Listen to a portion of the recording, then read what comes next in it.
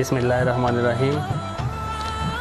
मैं बोलो कश्मीर न्यूज़ की पूरी टीम को दिल की अथाह गहराइयों से मुबारकबाद पेश करता हूँ कि इन्होंने मीरपुर शहर के अंदर एक नए चैनल का आगाज़ किया। यकीनन ये तमाम मसाइल को हल करने में अपना कलीदी किरदार अदा करेंगे। इस वक्त जो रियासत जम्मू कश्मीर की मौजूदा सूरत हाल है, इसको एक मुस्बत तरीके से हाईलाइट करेंगे।